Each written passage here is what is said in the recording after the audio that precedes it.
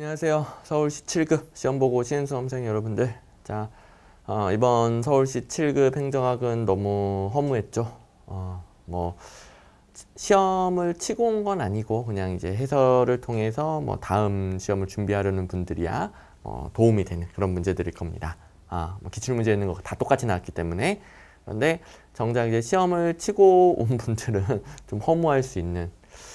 그러니까 서울시 7급이 여태까지 가장 생소한 걸 많이 섞어서 가장 어렵게 냈었어요.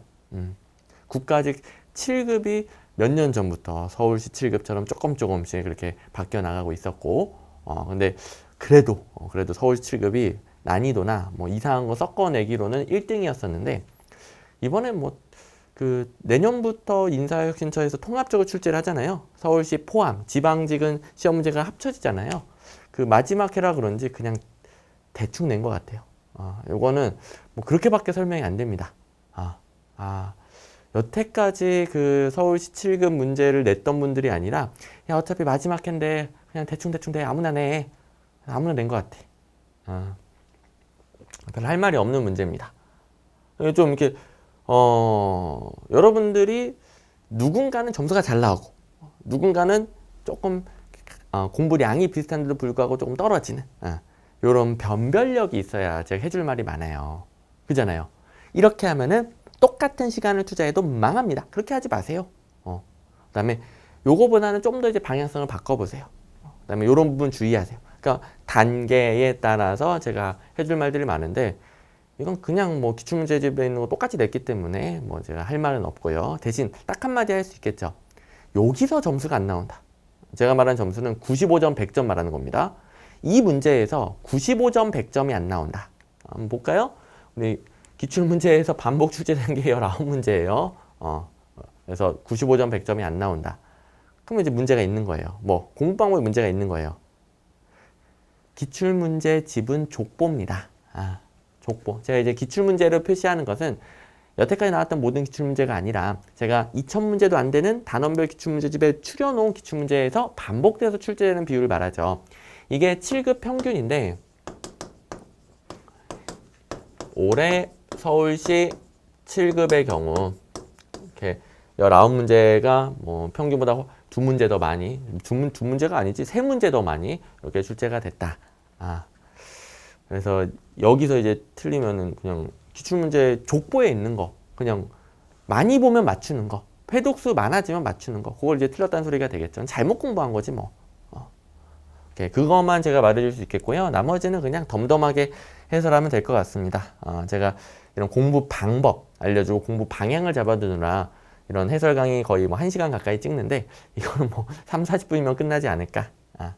생수한 문제 하나가 있긴 있었었는데, 이거는 좀 출제 포인트가 불분명하긴 합니다. 그래서 여러분들 좀 풀기 어려웠을 수도 있지만, 그래도 뭐 정답률 50%는 높일 수 있었다. 그래서 95점 내지 100점이 나올 수 있었다. 뭐 100점 방정 문제는 없었어요. 변별력이 아예 없습니다. 그래서 100점도 가능하고요. 고득점은 뭐 95점도 아니에요. 가능하다면은 고득점 97.5라고 잡고 싶어요. 근데 이제 그런 점수는 없으니까 5점 단위라서 어쩔 수 없이 이렇게 잡았고요. 분발 대상 주목하세요. 90점 이하라는 것은 90점 미만이 아닙니다. 90점 이하가 분발 대상이에요. 한마디로 95, 100 맞지 못한 분들은 다 분발 대상이에요. 물론 딱 90점 맞으신 분들이야 뭐 실수겠지, 실수. 근데 실수도 잡으셔야 되겠고, 여기서 더 내려가면 더 내려갈수록 그냥 본인은 아이 행정학을 잘못 공부하고 있다. 물론 공부 시작한 지 얼마 안 됐으면 걱정하지 말고 채워나가면 되는데, 공부한 지 꽤 됐어. 행정학도 여러 번 돌렸어. 그럼에도 불구하고 그렇다. 그러면 잘못 공부한 것이다. 요것만 제가 말씀드릴 수 있겠네요. 재미없는 문제였어요. 뭐 설명해줄 게 이거밖에 없네. 더 이상 뭐 설명해줄 게 없어. 여러분들한테 알려줄 게 없어. 더 뭔가 배우고 싶으면은 지방직 7급 해설 강의를 보세요. 거기서는 제가 다양한 공부 방향 잡아주기, 뭐 공부 방법 그런 것들 알려주거든요. 할 말이 많아, 그 문제는. 근데 그러니까 궁금하면 그거 보시고, 여기서는 그냥 문제 지금부터 뭐 이렇게 문제 나왔는데 한번 쭉 풀어보자, 답 맞춰보자. 그다음에 뭐 기출문제집에 똑같이 나왔다며요. 실제로 똑같이 나왔는지 비교해보자. 그것만 해보겠습니다. 자, 코카로스가 유형한 외부주도형, 동원형, 내부 접근형이 있죠. 이 중에서 정말 많이 나오는 거, 이 과정 사회 문제가 공중의제화를 거쳐서 정부제가 되는 건 외부주도형밖에 없고, 공중의제화를 거치지 않고 바로 정부제가 되는 것은 동원형과 내부접근형이 있습니다. 근데 나중에라도 공중의제화를 거치는 거 동원형이죠. 요거 뭐 무지막지하게 나왔었죠. 자, 뭐 요런 형태로도 나왔었고, 제일 이제 정답하고 비슷한 동원형 문장 하나 골라왔는데요. 정부 의제화한 후 공중 의제화한다. 순서가 바로 정부 의제한 다음에 나중에 공중 의제화. 제일 비슷한 거 골라왔고요. 뭐 이거 말고도 수도 없이 많습니다. 그다음에 일단은 동기부여 이론 무지막지하게 중요한데 정답이 뭐 기존에 나왔던 거랑 똑같죠. 제가 모든 강의에서 과정이론 중 브룸의 기대이론이랑 아담스의 형평성 이론 서로 이름 바꿔서 엄청 많이 낸다. 진짜 지겹게 낸다. 그 패턴이죠. 투입한 노력 대비 결과의 비율을 증거인물의 그것과 비교하여 불균형이 발생했을 때 비교가 있는 것보다 아담스의 형평성 이론. 비교했을 때 불형평하면 동기가 유발된다. 브룸에서는 다른 사람과 비교 그런 거 없죠. 브룸은 노기성수 보유선이죠. 노력이 성과로 이어지는가 기대치, 성과가 보상으로 연결되는가 수단성, 보상이 내 손으로 만족하는가 유인가 혹은 뭐 유의성 이렇게 노기성수 보유선 비교 없습니다. 둘이 이름 바꿔서 정말 무지막지하게 됩니다. 자, 기출문제집이랑 확인해 보면은 투입에 대한 산출의 비율보다 비교 대상의 투입에 대한 산출의 비율이 불형평할 때 혹은 크거나 작다라고 인식할 때 긴장을 해소하기 위한 방향으로 동기가 유발된다. 뭐 아담스의 형평성 이론 이런 패턴. 제가 일일이 기출문제집에 있는 거 이렇게 비교해 주는 이유는 여러분들 공부 방향이 이 족보에서 벗어나면 안 된다. 여러분들 대비 가능하잖아요. 대비 불가능한 것을 대비하는 분들이 정말 많아요. 시간의 한계를 뛰어넘어서 뭐 타임스톤이 있나 봐. 시간의 한계를 뛰어넘어서 모든 것을 완벽하게 대비하는 분들이 너무 많아요. 그러면은 백날 공부해도 70점, 70점. 모든 것을 보겠다는 것은 중요한 걸 못 본다는 소리예요. 이렇게 시간의 한계가 있기 때문에 70점 나오는데 맨날 똑같은 거 나오니까 요거 하면은 시험마다 다르겠지만 기본 점수가 확보가 됩니다. 9급은 평균적으로 85점부터 시작이에요. 7급은 평균적으로 80점부터 시작이에요. 여기서 다 나오니까. 이번 시험은 95점부터 시작이에요. 시작이 95점이어야 돼요.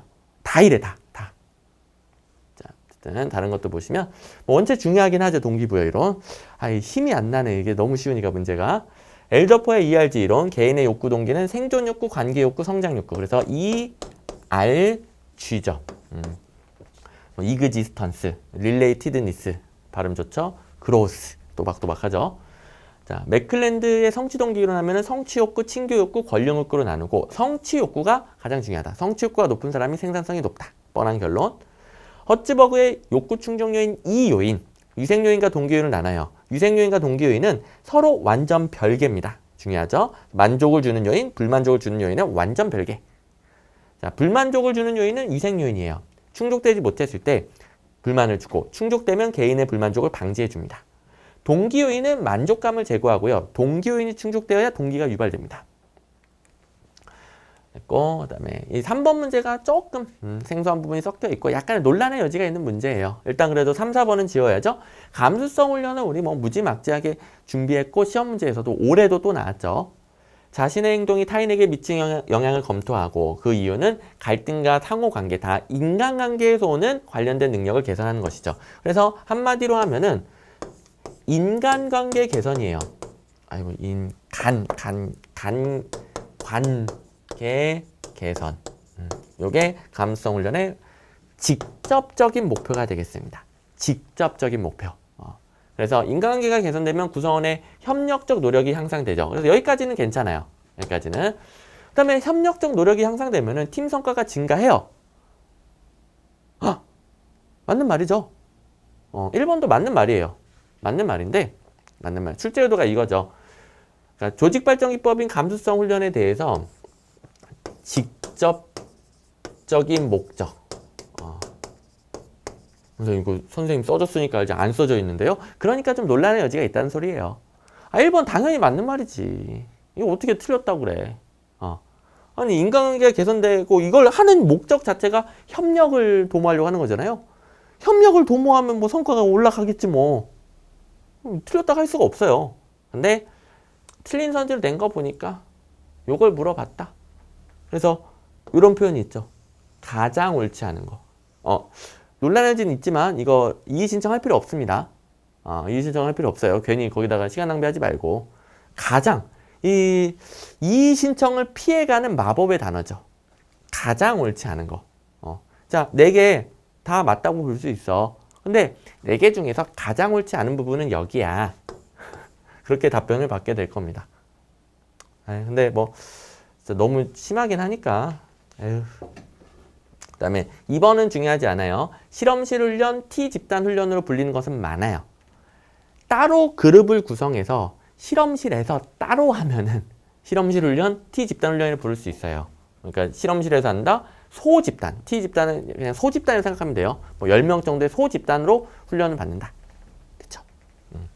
요게 좀 이제 짜증났던 문제고, 뭐 예를 들어 2번을 잘 모르겠어. 그 다음에 1번 맞는 것 같아. 2번 찍어 틀렸어. 괜찮아요. 그럼 95점이잖아.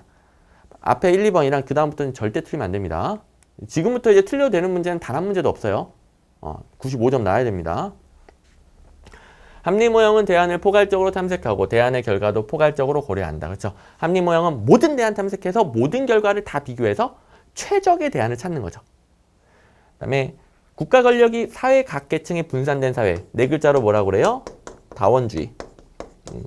뭐 다원주의 정도는 풀어놔도 뭐 알죠? 다원주의 뭐 원체 많이 나오니까. 다원주의에 어울리는 것은 점증 모형. 점증 모형은 밑에 있네. 다원화된 민주사회에 적합하다. 그래서 2번, 3번 다 점증 모형. 됐고. 점증 모형에 대해서 다원주의 사회에서 정책 결정 과정을 설명하는 데 유용하고요. 그게 이제 밑에 또 설명이 있어요. 여러 이익 집단의 견해와 의견들을 정책 결정에 반영하는 겁니다. 그러니까 여러 이익 집단의 권력이 분산되어 있는 것이죠. 오케이. 뭐 이와 관련된 다원주의에 대한 설명, 점증 모형에 대한 설명 뭐 많죠. 작은 정부의 등장을 지지하게 된 이론적 배경. 자, 작은 정부의 이론적 배경은 뭐겠어요? 정부가 실패했기 때문에 정부 줄여라. 이런 이야기가 나오겠죠. 정부 실패를 고르라는 거예요. 예산 극대화 모형, 지대 추구 모형, X 비효율성 다 정부 실패 쪽에서 배웠던 것이죠. 외부 효과는 뭐? 시장 실패. 외부 효과만 시장 실패. 파생적 외부 효과는 정부 실패인데 그냥 외부 효과는 시장 실패죠. 그렇죠? 이런 시장 실패는 뭐의 배경이 돼요? 당연히 야, 시장에 맡기니까 실패하잖아. 그럼 정부가 해야 된다. 큰 정부의 배경이 되는 겁니다. 당연하죠? 자, 참고 예산 극대화 모형은 관료들이 권력을 극대화하기 위해서 예산을 추구합니다. 사용할 수 있는 예산이 많으면 권력이 커지나 봐. 그래서 예산 극대화를 추구하다 보니까 공서비스 규모가 늘어나고 뭐 정부 규모가 늘어나고 정부의 규모가 점점 쓸데없이 팽창하게 된다. 정부 실패. 지대 추구 이론. 정부가 권력을 사용하죠. 그러니까 그 권력의 그 빈대 붙어가지고 뭔가 이제 국민의 세금을 쪽쪽쪽쪽 빨아먹으려는 혹은 권력의 특혜를 받으려는 행위를 지대 추구라고 하죠. X 비효율성. 정부가 독점적으로 공공 서비스를 제공하다 보니까 발생하는 각종 비효율성. 하나밖에 없기 때문에 경쟁이 없기 때문에 발생하는 각종 비효율성. 외부 효과는 시장 실패로서 시장에서 가격을 거치지 않고 다른 사람에게 손해를 주거나 이익을 주는 현상. 손해를 주면 부정적 외부 효과, 이익을 주면 긍정적 외부 효과. 자, 정부 실패 요인, 시장 실패 요인 고르라는 문제는 무지하게 많았죠. 정부 실패, 사적 목표의 설정, 내부성, 파생적 외부 효과, 그냥 외부 효과 말고 X 비율, 방금 전 문제에도 있었고 권력의 편제. 이게 분배적 불평등이죠. 권력이 불균등하게 분배되어 있기 때문에 지대 추구도 발생하게 되죠. 지대 추구 이론으로 이어지는 내용이죠. 공공재 시장 실패, 외부 효과 시장 실패. 자, 권력의 불공평한 분배 말고 불공평한 소득 분배. 소득 분배는 시장 실패, 자연 독점, 독과점 다 시장 실패, 불안정 경쟁 이런까지. 6번 연기준 예산제도. 연기준 예산제도의 취지는 알죠? 1970년대 심각한 재정 적자 때문에 감축이 취지였어요. 그래서 어떻게 감축했어요? 기존 예산을 인정하지 않고 백지 상태로 돌립니다. 기존에 했던 사업이라도 죄다 재검토해서 필요 없으면 줄여버려. 이게 연기준 예산제도의 취지죠. 그래서 4번 먼저 보시면 매년 다시 짜요. 현 시점 위주의 분석이에요. 장기적인 관점이 없어요. 작년 거 몰라. 다시 1년짜리 짜자. 완전 그 해 제약 조건만 고려합니다. 장기적인 목표가 경시될 우려가 있습니다. 그 다음에 총체주의적인 관점으로 그 모든 기존 사업 포함해서 다 이제 분석을 하죠. 그래서 불필요함 아예 없애버리고 이런 이제 총체적인 분석을 하다 보니까 3번 예산 과정에서 정치적 고려 및 관리자의 가치관이 반영될 가능성이 낮다라고 봐요. 자, 3번은 엉뚱한 거랑 연결시키면 안 돼요. 엉뚱한 거랑 연결시키면 안 됩니다. 이거는 총체주의적인 관점이기 때문에 이런 비경제적인 요인 혹은 심리적인 요인, 가치관 이런 것들이 반영되지 못한다라는 비판을 받아요. 바로 이제 뭐 상향적이다, 참여 있다, 막 이런 거랑 연결하면 안 됩니다. 참여가 있으니까 뭐 이런 거 고려되는 거 아니 그러면 안 되고. 선생님 그러면은 어떻게 구분해요? 뭐 문제에서 알려주잖아요. 자, 기출문제집 제가 일일이 비교해주는 이유가 있죠. 다 알려줬어. 1438번 보시면은 연기준 예산, 정치 상황, 관리자의 가치관 등 비경제적 심리적 요인 고려한다 틀리게 나왔잖아요. 잘 보세요. 자, 뭐 다른 거 있나? 정치적 고려 및 관리자의 가치관 가능성 높다 틀려. 여기도 정치 상황, 관리자의 가치관 단어 하나는 똑같네. 이런 거 고려한다? 땡. 똑같은 거 나오잖아요. 똑같은 게 있기 때문에 우리는 기출문제에서 결론을 꼭 기억을 해두셔야 돼요. 본인이 이해한 것은 문제, 시험에서 중요하지 않아요. 여러분들이 이해한 것은 시험에서 하나도 중요하지 않아요. 왜? 여러분들이 이해한 대로 시험 문제 안 나오니까. 여러분들이 이해한 거랑 시험 문제가 다르면은 시험 문제 의심 좀 하지 말고 선생님 제 생각에는 안 중요하다니까. 제 생각에는 맞는, 제 생각이 다 필요 없고요. 그냥 시험 문제에서 알려주는 대로 외우는 거예요. 이해가 안 되면 외워야지 결론을. 오케이. 자, 그래서 틀렸고요. 그다음에 이건 이제 전혀 다른 포인트예요. 일단 연기준 예산제도는 다 총체주의적이고 뭐 매년 다시 짜고 그리고 이런 경제적인 관점이다 보니까 비경제적인 요인 고려하지 못하고 막 그래요. 그런데 이제 의사결정 방식은 좀 밑에서 해요. 다른 내용. 하위 의사결정 단위를 설정합니다. 각자 그 총체적인 관점에서 감축을 해. 기존 예산 무시하고 다시 짜. 근데 다시 짜고 그런 것들은 똑같은데 단위가 밑에 있어요. 밑에. 그래서 짠 다음에 상향식으로 올립니다. 상향적이고요. 실무자의 참여가 확대되는 분권적인 예산제도 방식, 예산 결정 방식이에요. 그렇죠? 오케이, 제발 시험 문제 맞추자. 제발. 그다음에 실체설. 이거 너무 쉽죠? 사회 공동체나 국가의 모든 가치를 포괄하는 절대적인 선의 가치가 있다. 실체설 맞고. 사회 구성원이 보편적으로 공유하는 이익. 뭐 이런 표현들이 다 실체설이죠. 자, 두 가지의 공통점 뭐예요? 사익을 뛰어넘는 거예요. 개개인의 사익을 뛰어넘을 때 절대적 가치, 뭐 보편적으로 공유하는 이익, 뭐 이런 표현을 하죠. 근데 적법 절차 준수, 이거는 공익이 조정, 타협, 그러니까 사익이 조정, 타협되는 과정에서 중요한 거예요. 행정자의 조정자 역할도 사익이 조정, 타협되는 과정에서 중요한 거예요. 사익이 모여가지고 조정, 타협된 결과가 공익이다. 이렇게 주장하는 것은 과정설이죠. 무지막지하게 나왔던 문제죠. 자, 실체설, 과정설은 엄청나게 어렵지만 문제는 쉽다. 왜? 구분만 하면 되니까. 공익 개념에서 정부와 공무원의 소극적 역할. 이 소극적 역할이 조정자 정도예요. 자, 적극적인 것은 공익을 정부가 규정하는 거예요. 이게 공익이야. 이게 적극적인 역할이고, 규정하지 않고 다양한 사익들을 조정하는 정도. 이게 소극적 역할이고요. 과정설이다. 우리 열심히 기출문제 회독을 했었죠.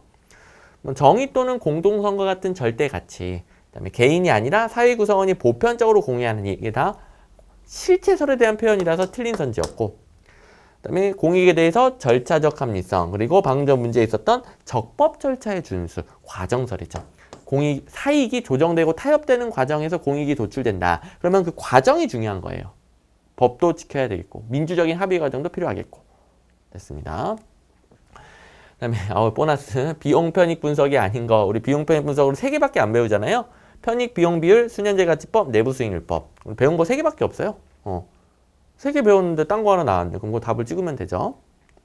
자, 뭐 기출문제 당연히 있고, 순현재 가치법은 0보다 클 때 경제적 타당성이 있다.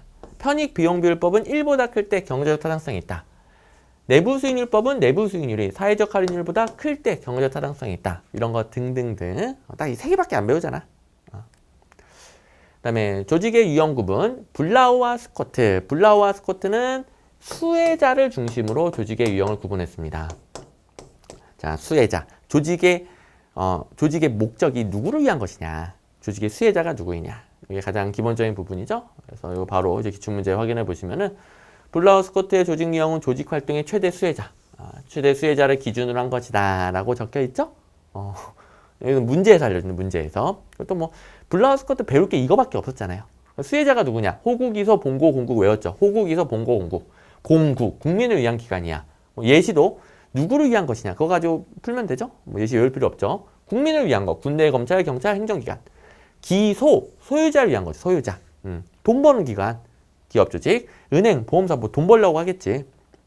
원래 문제에도 있었던 병원, 학교, 봉사 조직, 봉고, 고객을 위한 거예요.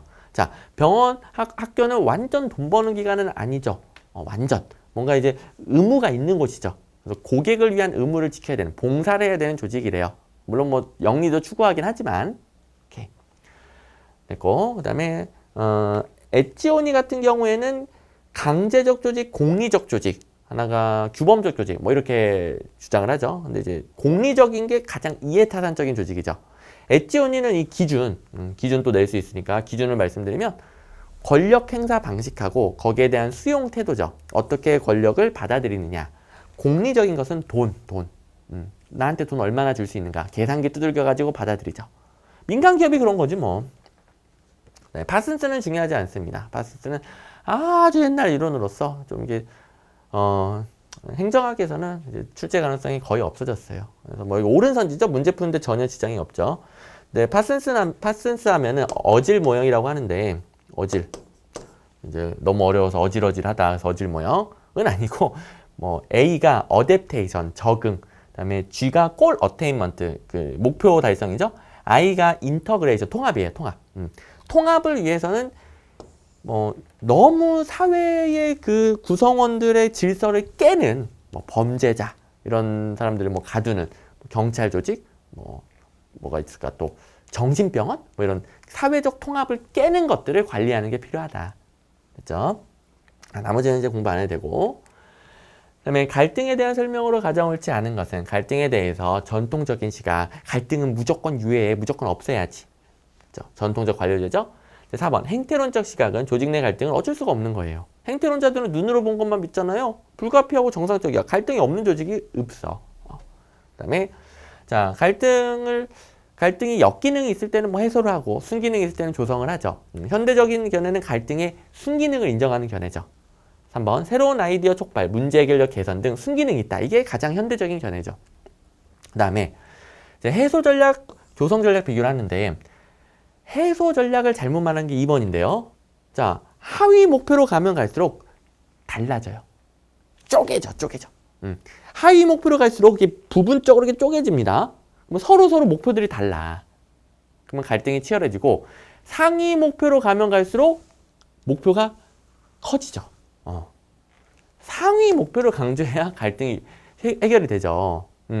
하위 목표로 가면은 서로 자기 말이 맞대 막 싸워. 근데 둘이 공동으로 추구하는 상위 목표가 있지 않느냐. 그러니까 공동 목표가 상위 목표지. 야, 우리 협력해야 돼. 갈등이 해소되죠. 쉽고. 자, 갈등 관리와 관련하여 공동의 이익. 이런 게 상위 목표죠. 강조하는 것은 해소 전략이다. 조성 전략에 해당되지 않는다. 해소 전략이다.